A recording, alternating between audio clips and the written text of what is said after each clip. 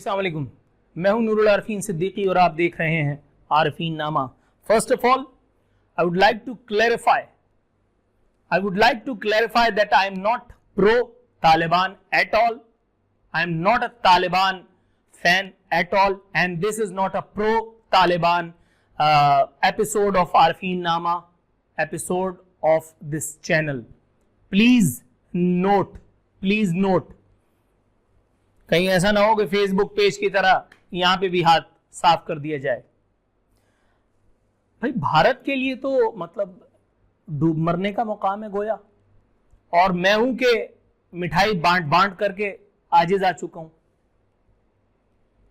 आए दिन भारत से कुछ इस तरह की खबरें आ रही हैं, भारत के हवाले से कुछ इस तरह की खबरें आ रही हैं जिसे सुन करके दिल बहैसियत पाकिस्तानी, बहैसियत पक्के सच्चे सुच्चल और जोर से पाकिस्तानी के दिल खुशी से बाग बाग हुआ चला जाता है। मतलब अभी तक जो जगहसाई हुई थी, भारतीय मीडिया जितनी आवफवाह कर रहा था तालिबान को के अराइवल पर, तालिबान के वो अफगानिस्तान को कैप्चर कर लेने पर, वही क्या कम था कि सोने पर सुहागा गुलबदीन हिकमतयार साहब ने, अल्लाह ताला उनको इज्जत और उनकी उम्र में इजाफा अता फरमाए परवरदिगार आलम, के गुलबदीन हिकमतयार के आने से पाकिस्तान को, पाकिस्तानियों को एक साय ऑफ रिलीफ कम से कम नसीब हुआ है। वो अफगानिस्तान जो मोदी और अजीत दुआल कॉम्बिनेशन की वजह से जहन्नम सा बन चुका था पाकिस्तानियों के लिए, वो अफगानिस्तान, जी हाँ, वो अफगानिस्तान जो हमारे लिए जहन्नम बन चुका था, जहां से हमारे लिए अच्छी खबरें आना बंद हो चुकी थी, अब वहां से भारत के लिए हर दूसरे दिन, हर दूसरे लम्हे, हर दूसरे घंटे कुछ इस तरह की खबरें जन्म ले रही हैं जो न सिर्फ मोदी भक्तों के लिए जिल्लत और रुसवाई का सबब हैं, बायस हैं, बल्कि पाकिस्तानियों के लिए, मुझ जैसे कम से कम बहुत जोर से पाकिस्तानियों के लिए निहायत मुसर्रत का सबब है। गुलबदीन हिकमतयार ने मोदी को, भारत के मौजूदा प्रधान, पता नहीं किस किस्म का ये प्रधान है, उसको वार्न किया है और बहुत जोर से वार्न किया है। गुलबदीन हिकमतयार ने भारत को वार्न कर दिया है। उन्होंने फरमाया है कि अफगानिस्तान पर बयानबाजी के बजाय अपने मामलात को, अपने अंदरूनी मामलात को सुलझाया जाए। यह एक इंतहाई साहिब, इंतहाई दुरुस्त, इंतहाई एहसन और नीड ऑफ द आवर किस्म का मशवरा था।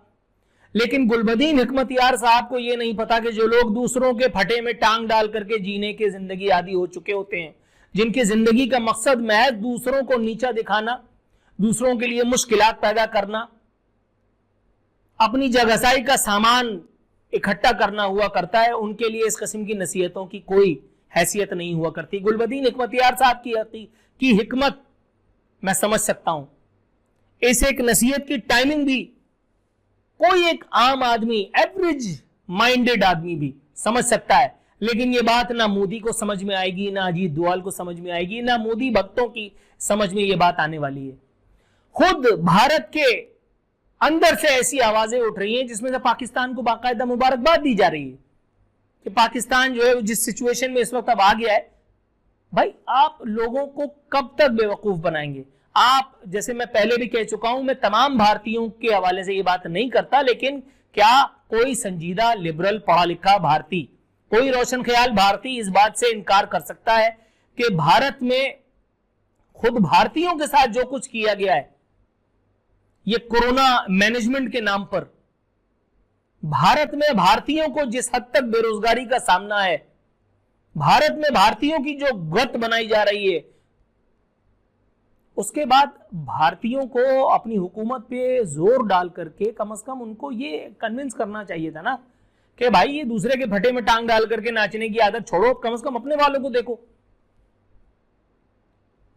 लेकिन इस किस्म की कोई रिवायत मुझे नहीं लगता कि भारत में आम हो सकेगी। गुलबदीन हिकमतयार कुछ भी कहे, बड़ी खूबसूरत बात, कश्मीरियों की जद्दोजहद का बदला अफगान इलाका इस्तेमाल करके ना लिया जाए। मकबूजा कश्मीर में जो टफ टाइम आपको कश्मीरी हुर्रियत पसंद कश्मीरी अवाम दे रहे हैं, आपकी 7 लाख से जायद फौज जो वहां जिल्लत और रुसवाई झेल रही है, पूरे इलाके को आपने जंग का ईंधन बना दिया है, उसके बावजूद जो वहां पे हजीमत और खिफत का सामना इंडिया को, इंडिया के सेकुलरिज्म को, मोदी सरकार को, अजीत डोवाल एंड कंपनी को, अमित शाह को है। महबूबा मुफ्ती का बयान ही उठा करके अगर आप पढ़ लें तो आपको मनो मिट्टी के अंदर अपना मुंह छुपाने के अलावा कोई और ऑप्शन रह नहीं जाएगा। लेकिन पढ़े लिखे हों तब ना, सिर्फ एमए की डिग्री पेश कर देने से कोई पढ़ा लिखा नहीं हो जाता। और अगर डिग्री जेन्युइन भी हो तो भी आपके अफाल, आपके अमाल जो हैं वो जो सामने नजर आ रहे हैं, क्या कीजिए कि वो आपको जय्यद मुस्तनद जाहिल यानी इलिटरेट साबित कर रहे हैं, इमेच्योर, पॉलिटिकली इमेच्योर साबित कर रहे हैं। दूसरी जानिब इमरान खान की तारीफ करके तो गोया गुलबदीन हिकमतियार साहब ने मतलब गजब ही कर दिया। अब मोदी भक्तों को कहां अमान मिलेगी। देरपा अमन के लिए इमरान खान का मौक़िफ़ काबिले तारीफ है, ये कहना था गुलबदीन हिकमतियार का, जो एक मरतबा फिर अफगान सियासत में एक इंतहाई अहम शख्सियत बनते चले जा रहे हैं।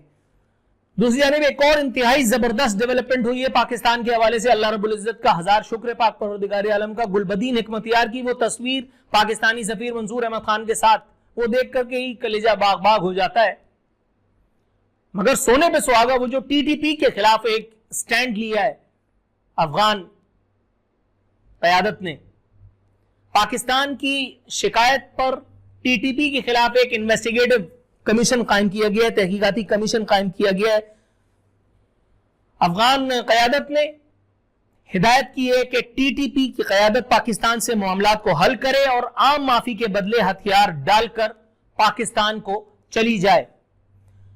इब्तिदाए इश्क खैर होता है क्या, आगे आगे देखिए होता है क्या। जरूरत से ज्यादा छलांग लगाने की हमें भी, पाकिस्तानियों को भी अभी कोई जरूरत नहीं है। अभी देखो तेल और तेल की धार, नो डाउट अल्लाह रब्बुल इज्जत का एहसान है, सुम्मा अल्हम्दुलिल्लाह। अभी तक की जितनी डेवलपमेंट है बड़ी हौसला अफजा है, बड़ी जिसको कहते हैं खुशाइंद है। लेकिन अभी कोई भी चीज अख्ज़ करना जज्बातियत होगी, इंतहाई दर्जे की हिमाकत होगी। हमें उस तरह की किसी हिमाकत से इज्तनाब करना है। गोया अफगान सरजमीन पाकिस्तान के खिलाफ मुस्तकबिल में इस्तेमाल न करने की यकीन दहानी, एश्योरेंस ही बहुत बड़ी बात है अपने आप में, और वो भी इतने तवील अरसे के बाद। लेकिन ऐलान और ऐलान पर अमल दरामद दो अलग अलग बातें हैं, दो अलग अलग बातें हैं। मैं गुलबदीन हिकमतियार अफगान कायदीन की, उनकी बसीरत पर, उनकी हिकमत पर, उनकी फरासत पर या उनकी इसे कमिटमेंट उस जील पर शक नहीं कर रहा जो उन्होंने पाकिस्तान को एश्योरेंस देकर के की है। लेकिन लेकिन लेकिन बहुत जल्दी हो जाएगा, बहुत जल्दी हो जाएगा। प्री जजमेंटल होना मेरा ख्याल है इस वक्त मुनासिब नहीं है। पाकिस्तानी शिकायत पर बनने वाले 3 रुकनी कमीशन की कलअदम जमात के अरकान को वार्निंग, किसी दहशतगर्द तंजीम के लिए अफगानिस्तान में कोई जगह नहीं, यह कहना है तालिबान तर्जुमान सुहेल शाहीन साहब का। दूसरी जानिब इंटरनेशनल मीडिया में अजीत डोवाल की बेइज्जती के हवाले से छपने वाली खबरों ने भी, आप यकीन जानिए, खून 2-3 किलो तो एक ही साथ में बढ़ा दिया है। खबर बता रही है अफगानिस्तान में अजीत डोवाल की भोंडी हिकमत अमली से भारत रुसवा, ये गलत लिखा है, भारत मजीद रुसवा यानी बेइज्जत। मुशीर कौमी सलामती के गलत मशवरों, दावों और चिकनी चुपड़ी बातों से भारत तो डूबा, अमेरिका और मगरिब भी रुसवा हुए। खुशी की खबर नाजरीन, थोड़ा सा डांस तो चलता है। भारत ने आलमी ताकतों से न सिर्फ झूठ बोला बल्कि मिसगाइड भी किया। जवाब तलब किया जाए। अब तो खलील खां वो वक्त गया जब खलील खां फाख्ता उड़ाया करते थे, या अब पछतावे क्या हुआ जब चिड़ियां चुग गई खेत। 2013 में भारतीय मुशीर बराए कौमी सलामती अजीत डोवाल ने एक सेमिनार में तकरीर करते हुए अफगान नेशनल आर्मी की सलाहियतों की तारीफ की और पाकिस्तान के मौक़िफ़ को गलत करार दिया। उन्होंने फरमाया के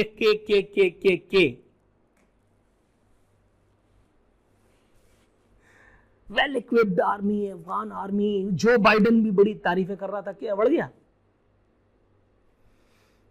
ये सब एक मुनज़्ज़म हिकमत अमली भी हो सकती है, इसमें भी कोई दो राय नहीं। ये सब एक मुनज़्ज़म साजिश का इब्तिदाइया भी हो सकता है मेरे पाकिस्तानियों। इसलिए किसी किस्म की जल्दबाजी और हिमाकत, लेकिन ये लोग नहीं मानेंगे। मजहब के नाम पर कुछ भी कहलवा दो, कुछ भी करवा लो। पाकिस्तान में भी जल्दबाजी, सिराजुल हक साहब ने मुतालबा कर दिया कि जी पाकिस्तान अफगान हुकूमत को अफगानिस्तान में तालिबान की आमद को तस्लीम कर ले। और वो भाई अभी किसी ने तस्लीम नहीं किया। तुर्की में एर्दवान जैसा आदमी मौजूद है, अभी उसने तस्लीम नहीं किया। ठीक है, उसका लग रहा है कंसेंट शामिल होता चला जा रहा है आए गुजरते दिन के साथ, लेकिन पहले किसी एक को आगे तो बढ़ने दो। अभी जरा तेल देखो, तेल की धार देखो। अभी सारी चीजें हमारे हक में ही अल्हम्दुलिल्लाह हैं अभी तक, लेकिन अगला मूव क्या होगा हू नोज। तो इसलिए ब्रेक पर थोड़ा सा पांव रखें, हौसला रखें। अल्लाह ने चाहा तो इंशाअल्लाह ताला आगे भी सब कुछ पाकिस्तान और पाकिस्तानियों के लिए बेहतरीन होगा, क्योंकि अगेन कुरान करीम की वो आयत, लोगों ने प्लान किया और अल्लाह ने भी प्लान किया। बेशक अल्लाह सुप्रीम प्लानर है।